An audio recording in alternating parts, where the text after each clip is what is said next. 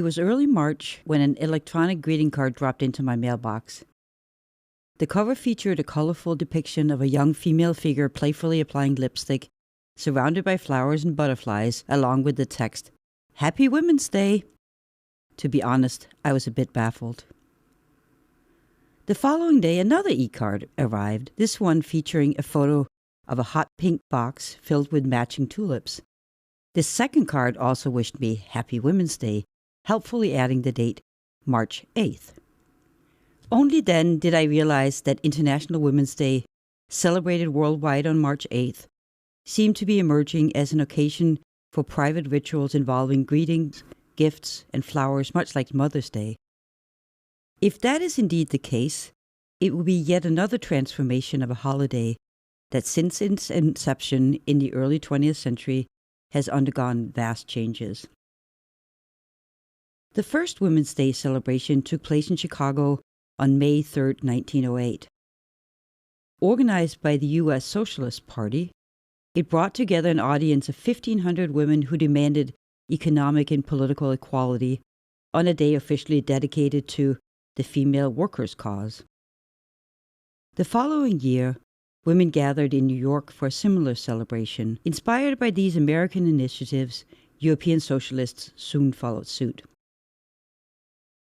At the International Women's Conference, which preceded the general meeting of the Socialist Second International in Copenhagen in August of 1910, leading German socialists Louise Sitz and Claire Zetkin proposed the establishment of an annual International Women's Day as a strategy to promote equal rights, including suffrage for women.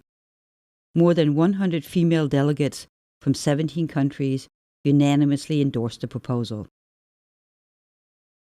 What would seem a fairly innocuous gesture marked a significant break with socialist tradition. Though ideologically committed to human equality, socialists had long argued that women's liberation would only materialize under socialism, and the only way for working-class women to improve their lot in life was to join working-class men in their struggle. Feminism was seen as a cause for middle and upper-class women with their own class interests in mind. Yet fearful that the feminist demand for female suffrage might attract too many working-class women, socialist leaders decided to embrace it. Still, they insisted that the vote was a means to an end, not an end in itself. On March 18, 1911, on the 40th anniversary of the Paris Commune, International Women's Day was marked for the first time. More than 1 million Austrian, German, Swiss, Polish, Dutch, and Danish women took part in marches and meetings. The Austrian-Hungarian Empire alone witnessed more than 300 demonstrations. In the following years, similar events spread across the European continent. Generally spearheaded by socialist women, demonstrations called for women's rights and female suffrage, and many feminists readily joined their socialist sisters. The outbreak of the First World War in 1914 halted much of the international collaboration that had underpinned International Women's Day and sowed deep divisions among socialist women. Some supported national sentiments, while others protested the war and called for working-class unity across national divides. Eventually, many of these women, including Claire Zetkin, would abandon socialist parties who rallied around the war effort and instead embrace communist parties and organizations. Yet if International Women's Day generally floundered during the war years, it was an International Women's Day celebration that ultimately triggered the Russian Revolution. Russian women had first celebrated International Women's Day on March 8th in 1913. 4 years later, on March 8th of 1917, working-class women in St. Petersburg, exasperated by rising food prices and rapidly deteriorating living conditions, led a demonstration calling for an end to war and political autocracy. Once unleashed, their cries for bread and peace could not be quelled. By March 12th, Tsar Nicholas II was forced to abdicate. The events of 1917 in Russia ended up setting the date for the celebration of International Women's Day not only in Russia, but across the rest of Europe. In 1922, Lenin established International Women's Day as a communist holiday in the new Soviet Union. The same year, Chinese communists began to celebrate it, and after the founding of the People's Republic of China in 1949, it was proclaimed an official holiday.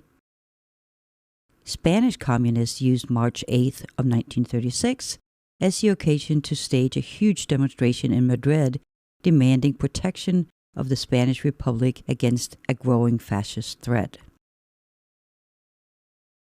International Women's Day would remain a communist holiday until the end of the 20th century, marked by carefully orchestrated, state-sponsored celebration of women's contributions to the state. As women in the United States and across much of Europe gained suffrage in the wake of the First World War, much of the momentum for International Women's Day celebrations waned. During the interwar years, some European socialists and social democrats continued to mark Women's Day, carefully omitted the term international to distinguish it from its communist sister celebrations, but events rarely drew substantial crowds. It was only with the emergence of second-wave feminism in the late 1960s that International Women's Day re-emerged as a significant day of activism. Though the day never recaptured much attention among American feminists, European feminists embraced March 8th under the updated name Women's International Day of Struggle, or Frauenkampftag in German, or Kvinnernes Internationale Kampdag in Danish. The new name signaled political radicalism and a resolute distance from organized party politics, both of which were key features of the women's movement in the 1970s and 80s. Nonetheless, March 8th celebrations typically involved not only feminists, but a broad assortment of left-wing activists, women's groups, and labor organizations calling for such issues as equal pay, political parity, reproductive rights, and childcare. During the International Women's Year in 1975, the United Nations first celebrated International Women's Day. 2 years later, in 1977, the United Nations General Assembly adopted a resolution proclaiming a United Nations Day for Women's Rights and International Peace. Eager to disentangle this new holiday from the socialist origins of International Women's Day, the Assembly noted that it was to be observed, quote, on any day of the year by member states in accordance with their historical and national traditions, unquote.